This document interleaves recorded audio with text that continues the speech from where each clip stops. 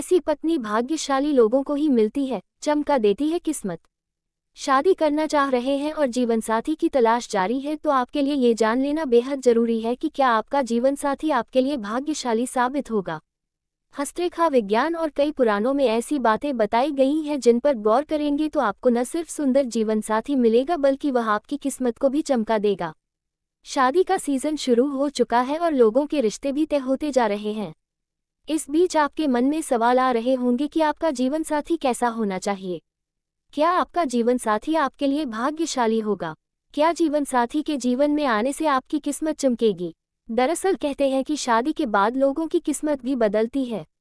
इसकी वजह समुद्रशास्त्र में बताया गया है कि कुछ ऐसे शुभ चिन्ह हैं जो जीवनसाथी में हो तो वह बहुत ही भाग्यशाली होती है, न सिर्फ अपने लिए बल्कि अपने परिवार के लिए भी।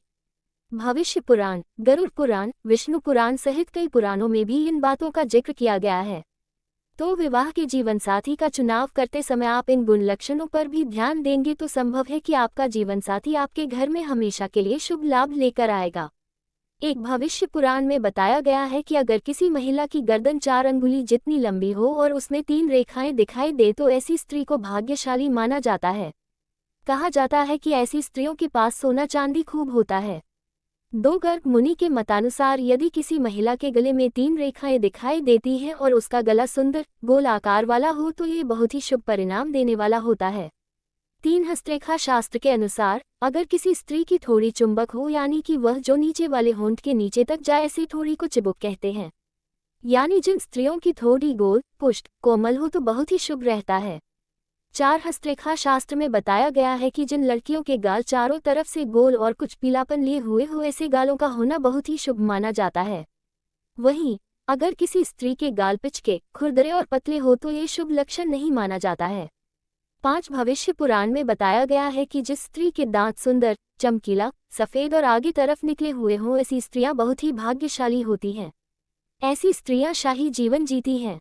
वहीं अगर किसी स्त्री के दांत बहुत पतले या छोटे हो, रूखे या फटे हुए हों तो ऐसे होने शुभ नहीं माना जाता है। 6 भविष्य पुराण के अनुसार जिह्वा के 4 गुण होते हैं, लंबी हो, सीधी हो, पतली और तांबे की भांति लाल हो। स्कंद पुराण में कहा गया है कि जिस स्त्री की जिह्वा लाल और कोमल हो ऐसी स्त्रियां सुंदर जीवन व्यापन करती हैं। 7 भविष्य पुराण के अनुसार हंसते समय अगर किसी के दांत न दिखाई दे और गाल फूल जाए और आंखें बंद न हो तो ये बहुत ही शुभ लक्षण है। वहीं हंसते समय गालों पर अगर गड्ढे पड़ता है तो यह अच्छा नहीं माना जाता है।